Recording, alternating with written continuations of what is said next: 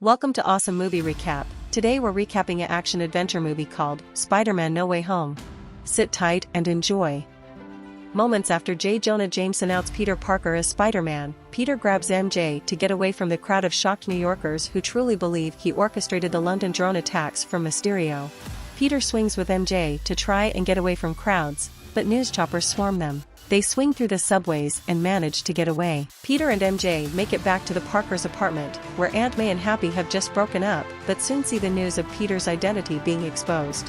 While Peter tries to find out what happened with May and Happy, they see the news choppers outside the apartment, and Peter has no choice but to comply with authorities. Peter, MJ, and Ned are interrogated by police for their perceived involvement in terrorist activities. MJ and Ned defend Peter, but he manages to find a lawyer to help drop charges, blind lawyer Matt Murdock.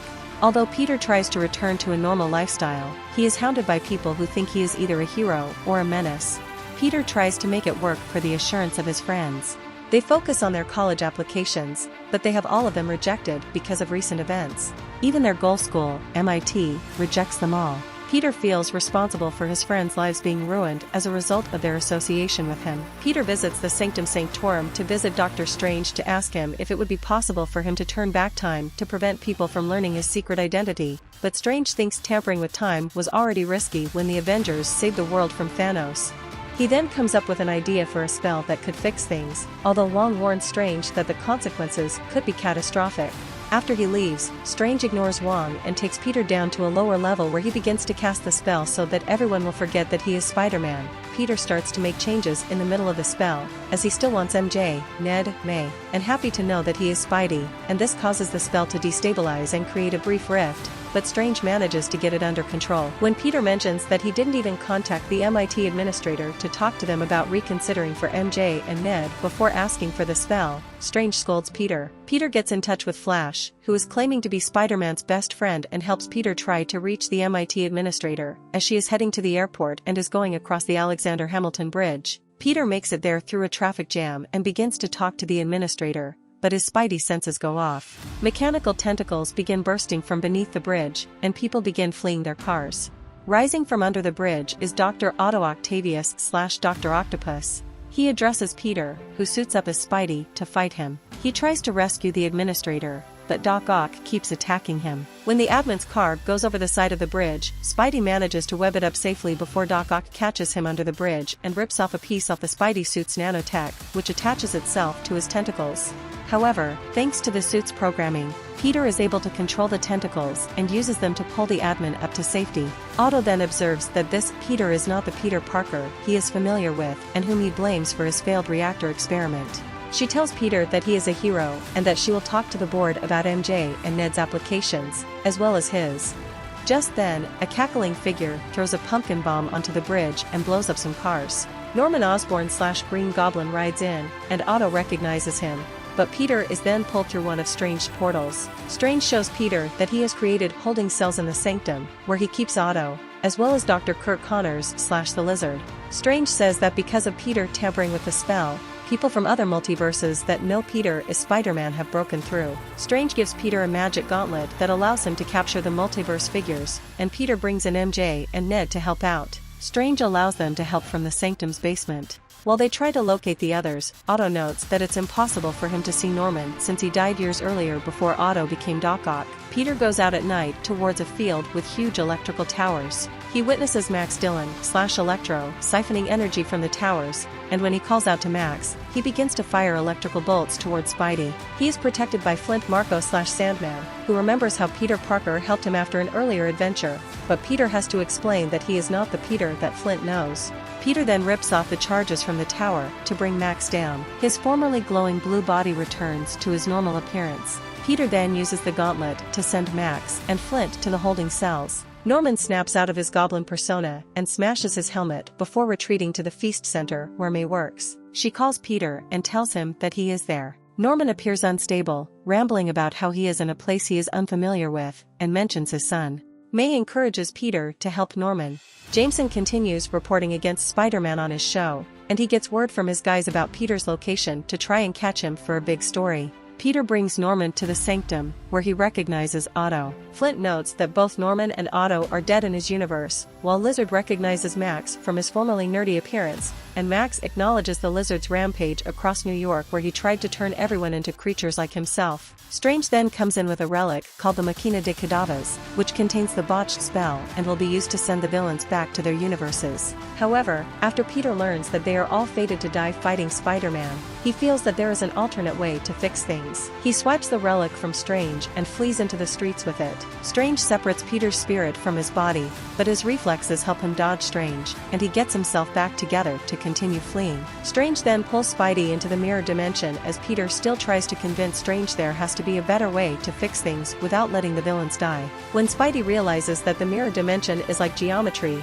he is able to find a way to trap Strange in web and secure the relic before escaping and leaving Strange there and taking his portal creator. Peter proposes an alternate plan where he will cure the villains of their corruptions before sending them home to avoid their fates. He leaves the relic with MJ and Ned, as well as the portal maker, before taking the villains to his and May's new apartment where he finds the components necessary to get the job done. Peter shows the villains a Stark fabricator that will make what they need, but Max is drawn to the energy given off by the arc reactor. With Norman's help, Peter develops a new chip for Otto that will allow him to be in control of the tentacles rather than the other way around. Otto returns the nanotech to Peter's suit, and Peter gives Max a device that will drain the electric power from his body. Unfortunately, his Spidey senses go off, and he catches Norman reverting to Goblin in an attempt to sabotage the plan. Goblin convinces Max to embrace his power and reject the cure. Max and Flint retreat together, while Lizard breaks out of the truck he was in. Goblin tosses Otto out the window, but he escapes just as Jameson and his crew. Spidey fights Goblin as the villain smashes him through the floors of the building while May grabs the Goblin antidote and runs. When they catch Goblin at the floor level, May attempts to inject him with the antidote, but it doesn't work, and Goblin uses his glider to strike May before making his escape and firing pumpkin bombs at the news crew and officers outside. May picks herself up and goes to Peter. He blames himself for this and feels that he should have listened to Strange, but May tells him he did the right thing and reminds him that with great power comes great responsibility. They start to leave, but May realizes she has been gravely injured. Peter stays by her side as she dies.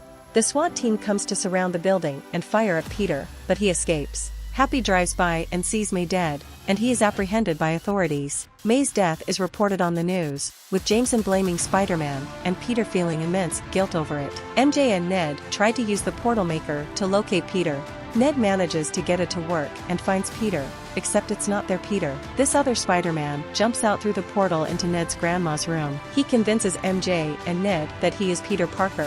When Ned tries again, he finds yet another Peter Parker. The two Spider-Men meet, and Toby Peter says that he has been trying to locate the Peter of this universe to try and help him.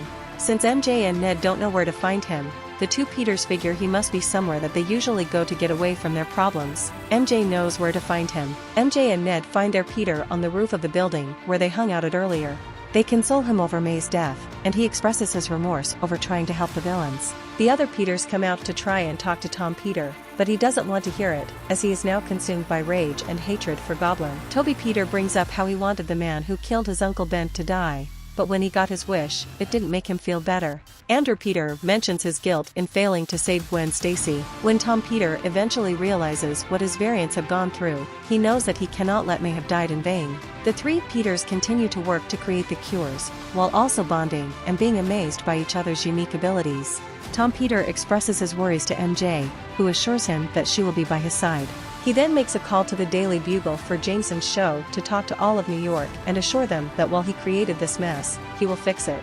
The Spider-Men lure the villains to the Statue of Liberty where they are adding a Captain America shield, while MJ and Ned guard the relic. The Peters talk about other past experiences, like Toby Peter fighting the symbiote and Tom Peter fighting Thanos, while Andrew Peter laments fighting Rhino, but the other two assure him that he is still amazing. Soon, Sandman, Lizard, and Electro make their appearances and begin to fight the Spider-Men. While the heroes try to administer the cures, they keep getting knocked down. They resolve to take specific targets, and the three Spideys swing together in action. Toby Peter fights Sandman, but manages to give him the cure so that he can return to being Flint, and Toby Peter promises to bring him home to his daughter. Lizard chases MJ and Ned when he sees the open portal, causing them to run out onto the scaffolding. Tom Peter manages to get Lizard and turns him back into Kurt. Electro proves to be strong, but Otto reappears and helps Andrew Peter by removing the arc reactor with his tentacles and placing the cure onto his chest. While Max is remorseful, Andrew Peter doesn't hold anything against him, and Max is thankful. Goblin comes flying in on his glider for the attack. Ned manages to get Strange out of the mirror dimension, and he watches the three Spideys in action. Goblin causes the scaffolding to break down, and MJ falls over the edge. Tom Peter tries to rescue her, but the glider hits him. Andrew Peter jumps in and saves MJ, and he briefly appears to feel redeemed for Gwen. Tom Peter uses one of Goblin's bombs to break down the glider and crash onto the collapsed Cap shield. He webs Goblin down and begins to pummel him in fury. Tom Peter then grabs the glider and prepares to impale him, but Toby Peter comes in and stops him. Goblin stabs Toby Peter in the back, and he begins laughing at Tom Peter for failing to save May, but he injects him with the cure and completely removes Goblin from Norman's body, and he feels great remorse for hurting his Peter. A rift then opens up in the sky, with more potential villains about to break through the multiversal barriers, and Strange says he can't stop them from breaking through. Peter then suggests a final spell where not only would people forget that he is Spider-Man, but they will forget about him, period. This means that even Strange, MJ, Ned, and Happy will all forget who Peter is, but it is the only way to fix things. Peter bids his variants farewell with a group hug, all acknowledging each other as brothers, and he goes to tell MJ and Ned what has to happen.